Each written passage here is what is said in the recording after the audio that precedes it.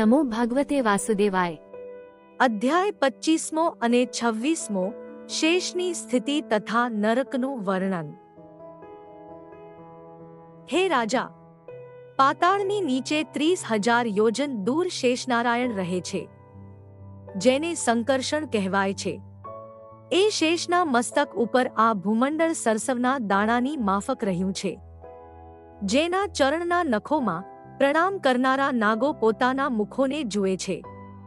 પોતાના ક્રોધનો સંહાર કરીને લોકોના કલ્યાણ માટે ત્યાં રહે છે। અનંત પ્રભાવવાળા શેષ રસાતળના મૂળમાં રહીને વિશ્વની રક્ષા માટે પૃથ્વીને ધારી રહ્યા છે। પ્રવૃત્તિ કર્મ કરનારની આટલી ઉચ્ચનીચ ગતિઓ થાય છે તે મેં તમને કહી। હે રાજન, સર્વે કર્મ કરનારા 3 પ્રકારના છે, તથા શ્રદ્ધામાં તારતમ્યતા છે, તેથી જુદી જુદી સર્વની ગતિ થાય છે। શાસ્ત્રમાં જે કર્મ કરવાનો નિષેધ કર્યો હોય તે કરવાથી દુઃખ મળે છે। નરકો હજારો છે, તેમાંથી મુખ્ય થોડા કહું છું। નરકો ત્રિલોકીમાં જ છે। દક્ષિણ દિશામાં જળથી ઉપર અને ભૂમિથી નીચે છે। ત્યાં રહેલા યમ મરેલા પ્રાણીઓને કર્માનુસારે દંડ આપે છે। તામિસ્ત્ર, અંધતામિસ્ત્ર, રૌરવ, મહારૌરવ, કુંભીપાક, કાલસૂત્ર, અસીપર્વન, શુક્રમુખ અને અંધકૂપ વગેરે પાપીઓને દંડ આપવાના પ્રદેશો છે। જે પુરુષ બીજાના સ્ત્રીધનાદિ હરે છે, તેને યમદૂતો પાશથી બાંધીને તામિસ્ત્ર નરકમાં નાખે છે। ત્યાં પાપીઓને ભૂખ્યા ત્રસ્યા રાખીને યમદૂતો મારે છે। જે બીજાની સ્ત્રીયાદિનો ઉપભોગ કરે છે, તેને અંધતામિસ્ત્રમાં નાખે છે અને અનેક પ્રકારે યમદૂતો દુઃખ આપે છે।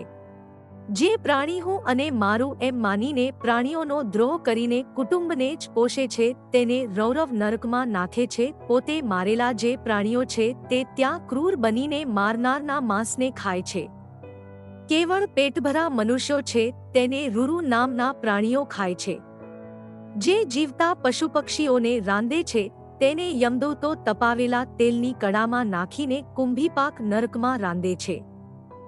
જે માતા પિતા કે બ્રાહ્મણનો દ્રોહ કરે છે, તેને કાળસૂત્ર નરકમાં નાખે છે। જે વેદ માર્ગ પડ્યો મૂકીને પાખંડ માર્ગે ચાલે છે, તેને અસીપર્વનમાં પ્રવેશ કરાવીને ચાબખાથી મારે છે। જે રાજા નહીં દંડવા યોગ્યને દંડ આપે છે, તેને શુક્રમુખ નરકમાં નાખીને તેને શેરડીની માફક કોલામાં પીલે છે। જે બીજાની ચોરી કરે છે, તેને સંદંશ નરકમાં નાખીને યમદૂતો તેની ચામડીને સાણસાથી ઉતરડી કાઢે છે। જે રાજાના સેવકો અથવા ચોરો અગ્નિથી બીજાના ઘર બાળે છે, અથવા કોઈને ઝેર ખવરાવે છે, અથવા ગામાદીને લૂંટે છે, તેને સારમેયાદન નરકમાં નાખે છે। ત્યાં વજના જેવી દાઢોવાળા કૂતરા પાસે તેના માંસને ખવરાવે છે।